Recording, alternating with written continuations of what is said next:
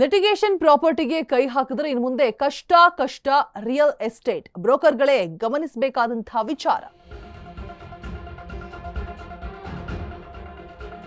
Litigation ಪ್ರಾಪರ್ಟಿಗೆ ಏನಾದರೂ ನೀವು ಕೈ ಹಾಕಿದ್ರೆ ರಿಯಲ್ ಎಸ್ಟೇಟ್ ಬ್ರೋಕರ್ಗಳು ಗಮನಿಸಬೇಕಾದಂತಹ ವಿಚಾರ ಕಷ್ಟವಾಗುತ್ತೆ. ನೀವು ಲಿಟಿಗೇಷನ್ ಪ್ರಾಪರ್ಟಿನ ಖರೀದಿಸ್ತಾ ಇದ್ದೀರಾ, ಹಾಗಿದ್ರೆ ಈ ಸುದ್ದಿಯನ್ನ ಮಿಸ್ ಮಾಡದೆ ನೋಡಿ. ಆಸ್ತಿ ವ್ಯಾಜ್ಯ ಕೋರ್ಟ್ನಲ್ಲಿರುವಾಗ ಅದನ್ನ ಖರೀದಿಸೋದಕ್ಕೆ ಹೋಗಬಾರದು.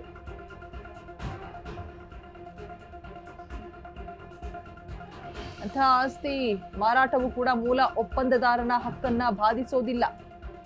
ಆಸ್ತಿ ವರ್ಗಾವಣೆ ಕಾಯ್ದೆಯ ಸೆಕ್ಷನ್ 52ರ ಪ್ರಕಾರ ಕೋರ್ಟ್ನಲ್ಲಿ ಆಸ್ತಿ ದಾವೆ ಇದ್ದಾಗ ಅಂತಹ ಆಸ್ತಿಯನ್ನ ಕೋರ್ಟ್ ಅನುಮತಿ ಇಲ್ಲದೆ ವರ್ಗಾಯಿಸೋ ಹಾಗಿಲ್ಲ. ಒಂದೊಮ್ಮೆ ವರ್ಗ ಮಾಡಿದ್ರು ಕೂಡ ಅದು ಕೋರ್ಟ್ನ ಅಂತಿಮ ತೀರ್ಪಿಗೆ ಒಳಪಡತ್ತೆ. ಲೀಸ್ ಪೆಂಡೆನ್ಸ್ ತತ್ವ ಎತ್ತಿ ಹಿಡಿದಿದೆ. ಲಿಟಿಗೇಷನ್ ಪ್ರಾಪರ್ಟಿಗೆ ಕೈ ಹಾಕಿದ್ರೆ ಇನ್ನು ಮುಂದೆ ತುಂಬಾ ಕಷ್ಟ ಆಗುತ್ತೆ. ರಿಯಲ್ ಎಸ್ಟೇಟ್ ಬ್ರೋಕರ್ಗಳೇ ಗಮನಿಸಬೇಕಾದಂತಹ ವಿಚಾರ.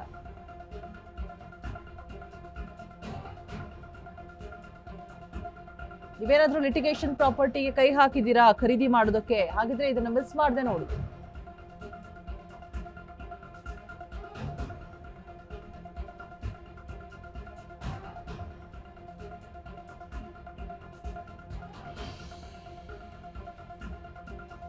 ಆಸ್ತಿ ವರ್ಗಾವಣೆ ಕಾಯ್ದೆಯ ಸೆಕ್ಷನ್ 52ರ ಪ್ರಕಾರ ಕೋರ್ಟ್ನಲ್ಲಿ ಆಸ್ತಿ ದಾವೆ ಇದ್ದಾಗ ಅಂತಹ ಆಸ್ತಿಯನ್ನ ಖರೀದಿ ಮಾಡೋ ಹಾಗಿಲ್ಲ. ಕೋರ್ಟ್ ಅನುಮತಿ ಇಲ್ಲದೆ ವರ್ಗಾಯಿಸೋ ಹಾಗೂ ಕೂಡ ಇಲ್ಲ.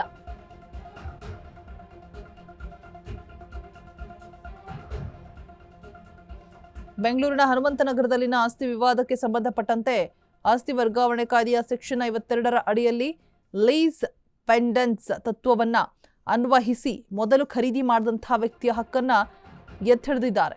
ನ್ಯಾಯಾಲಯ ಈ ಆದೇಶವನ್ನು ಕೂಡ ನೀಡಿದೆ. ಇದೀಗ ಪ್ರಕರಣದ ಮೂಲ ಅರ್ಜಿದಾರರಾದಂತಹ ಎನ್ ಶಿವಾನಂದ್ 1994ರಲ್ಲಿ ಮಾಡಿಕೊಂಡಿದ್ದಂತಹ ಆಸ್ತಿ ಖರೀದಿ ಒಪ್ಪಂದವನ್ನ ಮಾನ್ಯ ಮಾಡಿದಂತಹ ವಿಚಾರಣಾ ನ್ಯಾಯಾಲಯದ ಆದೇಶವನ್ನ ಪ್ರಶ್ನೆ ಮಾಡಿಬಿಟ್ಟು BK ಕೃಷ್ಣಮೂರ್ತಿ ಅನ್ನೋರು ಒಂದು ಮೇಲ್ಮನವಿಯನ್ನ ಸಲ್ಲಿಕೆ ಮಾಡಿರ್ತಾರೆ. ಅದನ್ನು ಕೂಡ ವಜಾಗೊಳಿಸಿರುತ್ತೆ. ನ್ಯಾಯಮೂರ್ತಿ ಸಚಿನ್ ಶಂಕರ್ ಮಗದುಂ ಅವರಿದ್ದಂತಹ ಏಕಸದಸ್ಯ ನ್ಯಾಯಪೀಠ ಈ ಆದೇಶವನ್ನ ನೀಡಿರುತ್ತೆ. ಅನುಮತಿ ಅಗತ್ಯ, ಬೇಕೇ ಬೇಕು. ಆಸ್ತಿ ವರ್ಗಾವಣೆ ಕಾಯ್ದೆಯ ಸೆಕ್ಷನ್ 52ರ ಪ್ರಕಾರ ನ್ಯಾಯಾಲಯದಲ್ಲಿ ಆಸ್ತಿಗೆ ಸಂಬಂಧಪಟ್ಟಂತೆ ಯಾವುದೇ ದಾವೆ ಹೂಡಿದಂತಹ ಸಂದರ್ಭದಲ್ಲಿ ನ್ಯಾಯಾಲಯದ ಅನುಮತಿ ಇಲ್ಲದೆ ಆ ಆಸ್ತಿಯನ್ನು ವರ್ಗಾವಣೆ ಮಾಡೋ ಹಾಗೆ ಇಲ್ಲ. ಒಂದು ವೇಳೆ ವರ್ಗಾವಣೆ ಮಾಡಿದ್ರೂ ಕೂಡ ಅದು ನ್ಯಾಯಾಲಯ ನೀಡುವಂತಹ ಅಂತಿಮ ತೀರ್ಪಿಗೆ ಒಳಪಟ್ಟಿರುತ್ತೆ. ಈ ಪ್ರಕರಣದಲ್ಲಿ 1998ರಲ್ಲೇ ದಾವೆ ಹೂಡಿದ್ರಿಂದಾಗಿ 2023ರಲ್ಲಿ ನಡೆದಂತಹ ಮಾರಾಟ ಶಿವಾನಂದ್ ಅವರ ಹಕ್ಕನ್ನ ಕಸಿದುಕೊಳ್ಳೋದಕ್ಕೆ ಸಾಧ್ಯ ಇಲ್ಲ ಅಂತ ಹೇಳ್ಬಿಟ್ಟು ಹೈಕೋರ್ಟ್ ಸ್ಪಷ್ಟಪಡಿಸಿದೆ ಕೂಡ.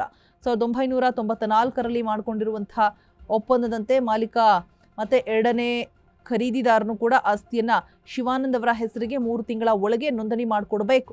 ಒಪ್ಪಂದದ ಬಾಕಿ ಮೊತ್ತವನ್ನ ಪಾವತಿಸಿ ಶಿವಾನಂದ ಆಸ್ತಿಯನ್ನ ತೆಗೆದುಕೊಳ್ಬೇಕಾದಂತಹ ಪರಿಸ್ಥಿತಿ.